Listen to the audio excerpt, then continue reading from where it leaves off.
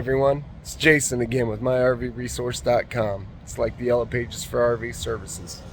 Today, I'm bringing you another weekly one reason to get an RV inspection.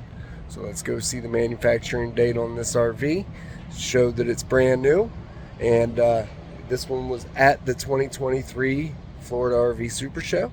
It's where I booked the inspection, and I'm just going to show you what I found on the inside real quick.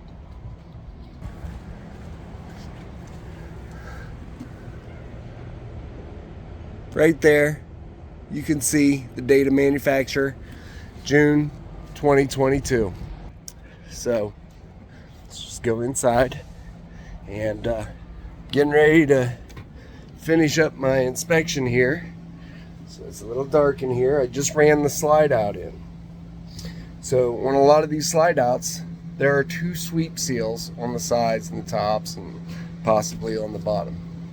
Now on this one, the interior sweep seal was installed in such a way that it cannot flip outward when the slide out is extended. That gives us an area where water can get inside the RV. So let's take a look at it. So right here, you see this sweep seal, and that top one was installed before the side one, and it will not flip outward because of how it was installed. Had these people not called me to get an inspection, that's just one of the things that they wouldn't have known about.